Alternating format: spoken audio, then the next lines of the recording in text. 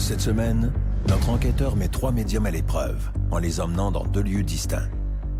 Soit le fort de l'île Sainte-Hélène, où la rumeur veut qu'il y ait eu de nombreux morts lors de sanglantes batailles, puis une maison abandonnée de Contrecœur au passé soi-disant obscur.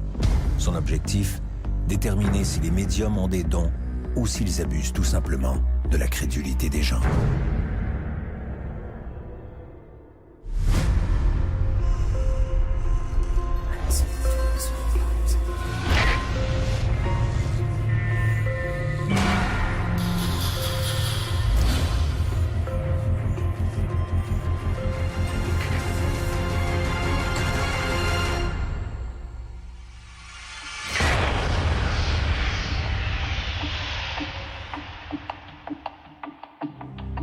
Les médiums.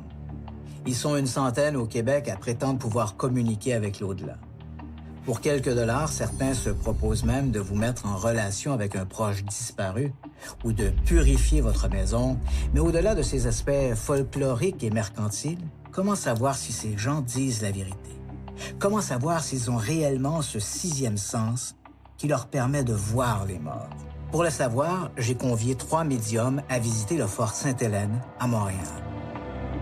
N'en croire les amateurs de mystère, ces lieux auraient été le théâtre de drames épouvantables. Des combats auraient fait plus de 800 morts. On raconte même que ces âmes errantes influenceraient encore aujourd'hui les caméras et les systèmes de sécurité installés sur place. Mais cet exercice n'est peut-être pas très significatif quand on considère la quantité d'informations disponibles sur l'histoire du fort. Comment savoir si, à mon insu, ils ne se sont pas lancés dans une recherche historique? Comment savoir que l'information qu'ils me livreront bientôt provient bien de l'au-delà et non pas de Wikipédia? Pour valider ou non ce que les médiums risquent de percevoir dans le fort, Christian va à la rencontre de Laure Pavlovic, coordonnatrice en éducation et culture au musée Stewart. Lorsque l'on parle du fort de l'île Sainte-Hélène, les chasseurs de fantômes, les amateurs de paranormal racontent toutes sortes d'histoires. Vous fréquentez l'établissement au quotidien. Avez-vous ouï dire des légendes de fantômes ou des histoires de fantômes par des employés? Beaucoup, oui. Les gardiens de sécurité qui travaillent ici la nuit nous en racontent vraiment beaucoup. On a eu certains gardes, pendant qu'ils regardent les caméras de sécurité, voyaient des lumières s'éteindre et s'allumer à un endroit où normalement il n'y avait personne.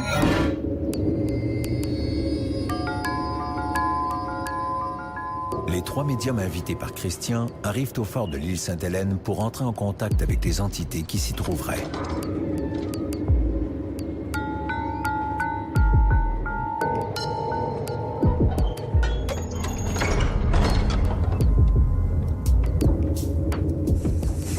C'est dense. On étouffe un peu, hein?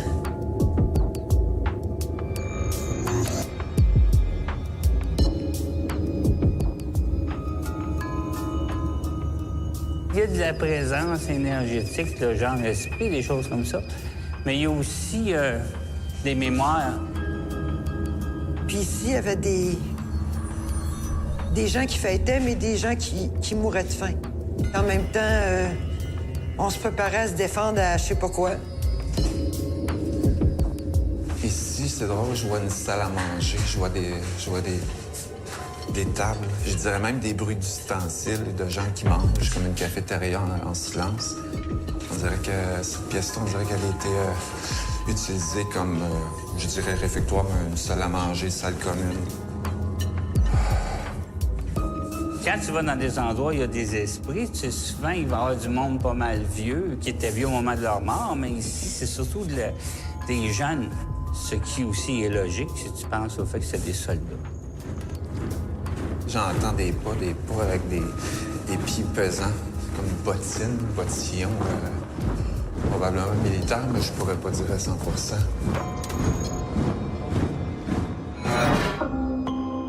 C'est un fort britannique qui a été construit au 19e siècle, destiné à accueillir des munitions, des canons, etc. Cette caserne, en fait, accueillait près de 250 soldats. Il y avait 4 étages à l'époque. Là, on est au sous-sol qui donc avait toutes les cuisines, la salle à manger, etc. En haut de nous autres, là, alentour d'ici, ça sent pas bon. Je suis pas très peureuse, mais j'ai étouffé rendu là-bas. On étouffe. Ça nous coupe la respiration.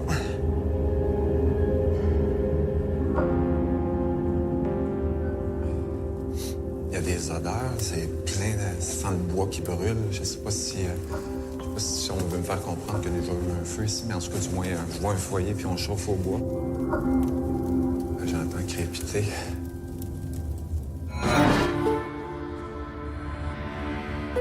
La caserne ici, qui comprenait 4 étages au départ, n'en comprend plus qu'un. Et les 3 étages ont été disséminés par l'incendie, donc en 1875. Il y a pu avoir des morts à ce moment-là. Je ne pourrais pas vous donner les chiffres, mais peut-être que l'un d'eux est resté. Dans ce coin-là, je vois des enfants. On dirait qu'il y a 4-5 petits-enfants en bas âge. Ils sont un petit peu intimidés de notre présence. Fait qu'il y a quelque chose qui a passé vite, là, par là, là. Ouais. Un jeune homme à peu près 28-29 ans, a l'air un peu apeuré. Si je ressens la présence d'un monsieur, on dirait qu'il est habillé c'est comme une chienne, une chemise, c'est vert foncé. C'est pas militaire, j'ai envie de dire un prisonnier. Voilà. C'est drôle, le monsieur, il me parle toujours. Oui, il me fait comprendre que... Merci, oui. Il comprend très peu le français. Parce que quand je lui pose la question d'où il vient, qu'est-ce qu'il fait ici, je vois un drapeau italien, je vois l'Italie. Pendant la Seconde Guerre mondiale, en fait, les Italiens en Grande-Bretagne étaient considérés ennemis. Ils ont donc été déportés du jour au lendemain ici au Canada, sans procès, sans même raison d'être internés. Merci. Oui, merci. Il dit qu'il a fait le voyage ici toute seule. Il a abandonné sa famille pour quitter son pays.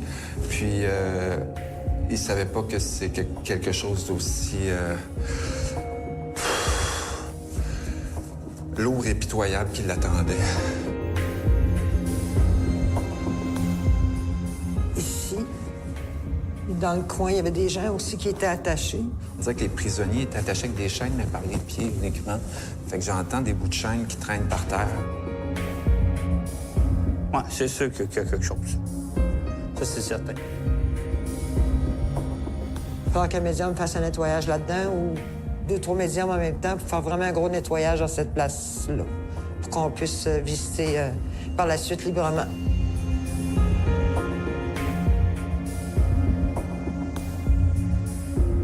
La ligne est bien morte. J'entends plus rien.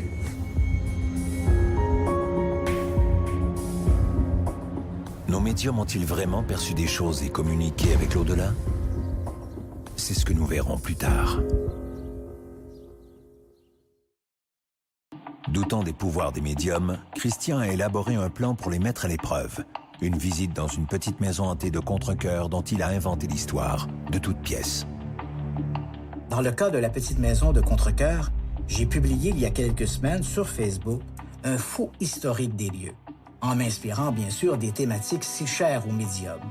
J'ai écrit que des gens s'y étaient suicidés, qu'une adolescente y était morte d'un cancer galopant, et bien sûr, que les lieux étaient hantés par des présences malsaines et diaboliques. J'ai même écrit que les derniers locataires, terrifiés par ces apparitions, avaient quitté les lieux précipitamment en abandonnant derrière eux des effets personnels comme des vêtements et des jouets d'enfants.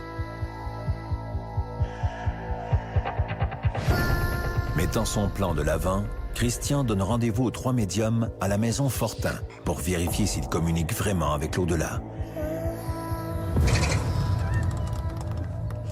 Ah bon, ouais.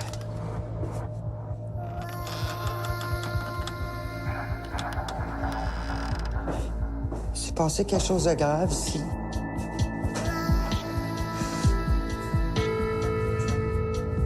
On n'est pas heureux dans la maison. Il y a des personnes qui ont habité ici. C'était triste. C'est pas pas du monde heureux et prospère, mettons. La violence.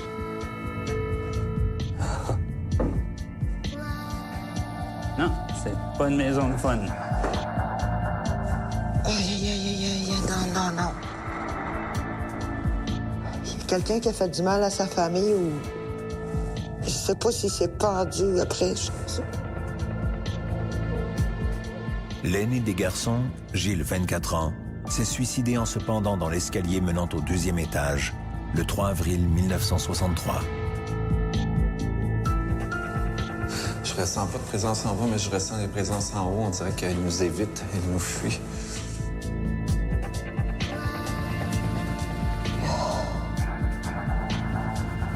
C'est un homme qui est méchant, c'est quelqu'un qui regrette, qui... Je sais pas, ça comporte une famille, ça me fatigue, là. Il y a eu des meurtres, il y a quelque chose ici, c'est pas bon. L'histoire inventée par notre enquêteur spécifie que de nouveaux propriétaires emménagent en septembre 1977. Dès les premiers mois, il rapporte entendre des bruits de pas la nuit dans l'escalier menant à la mansarde. Non. Ça, c'est pas un endroit joyeux.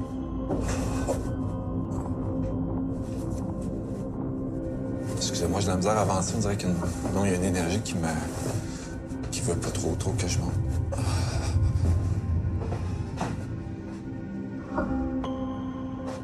Hey, c'est vraiment... Je vais pas faire du showtime, là, mais c'est vraiment épeurant ici. C'est passé un carnage, c'est passé quelque chose. Il y a quelqu'un qui a fait du mal à sa famille.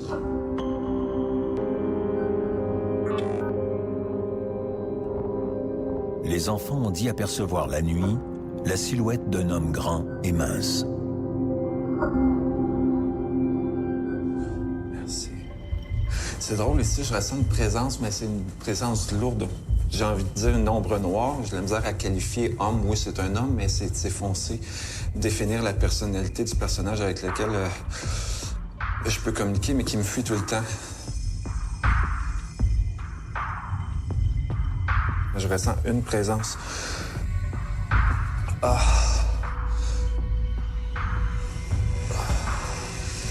content qu'on soit ici. On dirait qu'on viole son intimité, même si la maison a l'air du bordel, entre guillemets.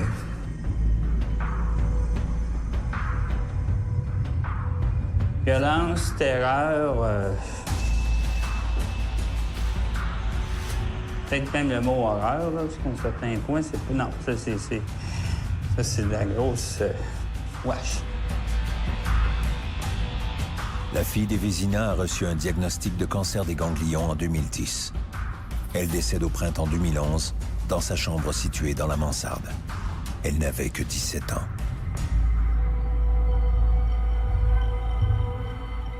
Il y a une femme aussi qui se promène ici, on dirait une mère qui est en pleurs, qui...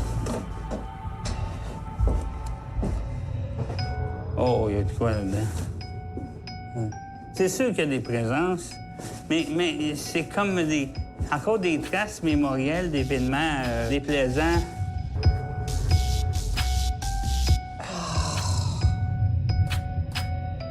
Oh, petit.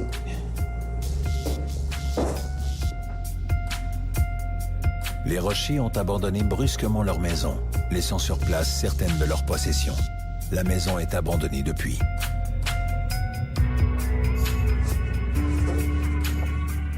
Oh my God. Non, je veux même pas y aller, non. Je m'excuse, je veux même pas y aller. Écoute, je vais sortir là, un petit peu, là. Quelqu'un qui s'est pendu. Il y en a un qui a fait un carnage. C'est ça que ça me dit, il y a une famille qui a eu quelque chose.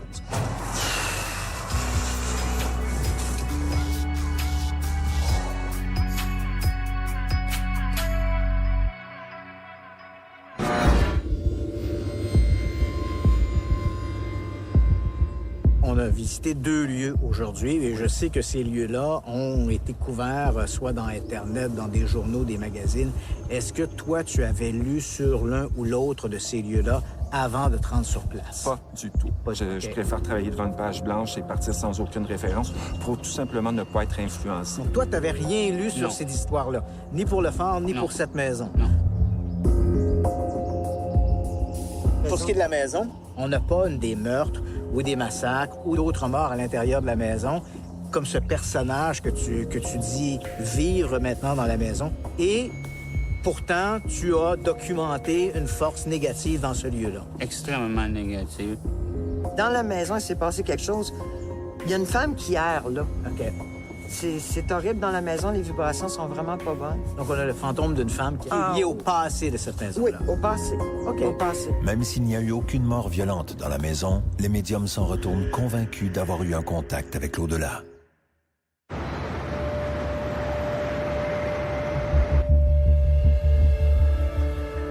Constatant que les médiums restent plutôt vagues dans leurs propos, Christian va à la rencontre du mentaliste Stéphane Thérien pour démystifier certaines choses et se livrer à quelques expériences.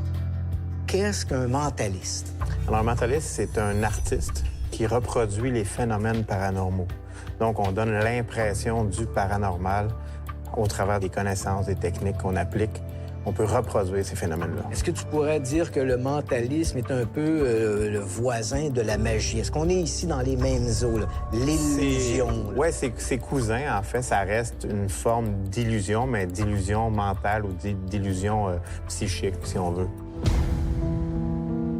Notre mentaliste fait croire à nos deux cobayes qu'il est capable d'entrer en relation avec une personne décédée de leur entourage. Alors, tu vas te concentrer, puis on va essayer de voir si je peux arriver à entrer en contact avec cette personne-là. Donc, j'ai senti une présence, l'impression que c'est un homme qui se tient debout derrière toi. C'était un membre de ta famille? Oui. C'est pas ton père, mais c'est une figure paternelle pour toi. Je dirais que ton grand-père? Il te salue? M? Ça a du sens, M? Oui. Ça a-tu du sens, R? Y a-t-il un lien avec R? C'est son prénom commence par R? Son prénom. OK. Roland? Est-ce qu'on parle à Roland présentement? On parle de Roland. On parle de Roland? Alors, je te salue, Roland. M, Is. Maurice? On parle à Maurice? Oui. Ben Maurice te salue. Puis il est bien fier de toi, puis continue.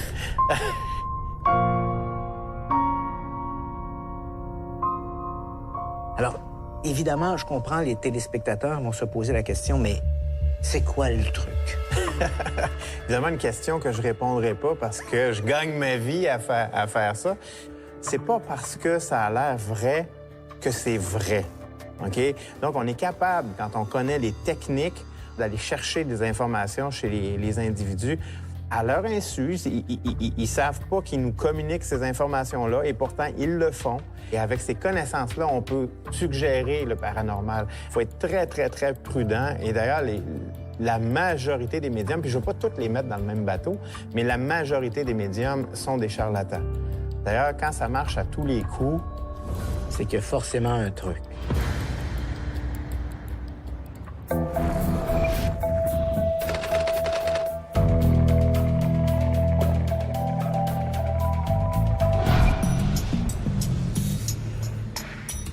Le 1er novembre 1984, en début d'après-midi, le petit Maurice Vien, 4 ans, disparaît devant l'appartement de ses parents dans le quartier Centre-Sud à Montréal. Quelques heures plus tard, 2 autres gamins, Wilton Lubin, 12 ans, et Sébastien Métivier, 8 ans, disparaissent à leur tour. 72 heures plus tard, un blouson appartenant à Maurice Vien est retrouvé le long de l'autoroute 20 dans le secteur de Belleuil. Le lendemain, Stephen Lynch, un policier de la Sûreté du Québec en congé, Yvan Gagnon, un hypnothérapeute de Beauport, et l'ami de cœur d'Yvan Gagnon, se rendent sur la rive nord de Montréal pour y rencontrer un médium, Monsieur X. Yvan Gagnon lui demande s'il peut visualiser de l'information à propos de ce triple kidnapping. Monsieur X annonce bientôt que le petit Maurice Vien est mort et qu'il gît dans une cabane abandonnée quelque part sur la rive sud de Montréal.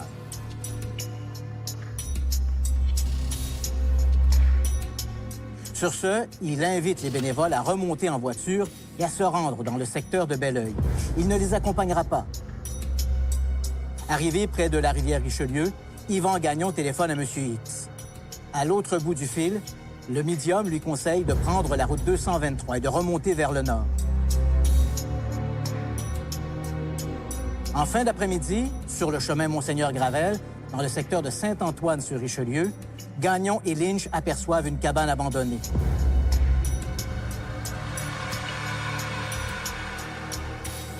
Les deux hommes forcent leur entrée.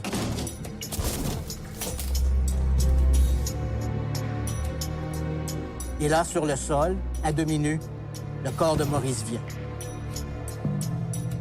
Pendant un temps, les enquêteurs suspectent M.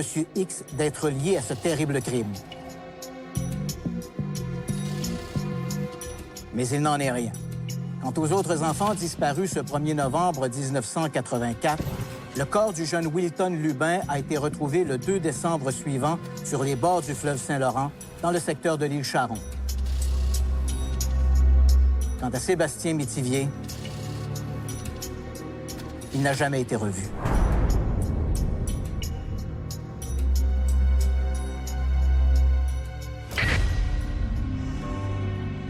Les médiums sont-ils tous des charlatans? Ils croient honnêtement ou non en la réalité de leur pouvoir psychique.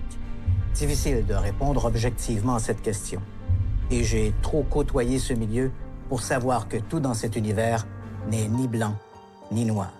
Et même s'il est vrai que les médiums s'habillent souvent du manteau de l'arnaqueur, l'expression nous rappelle que l'habit ne fait pas le moine, et surtout pas le médium.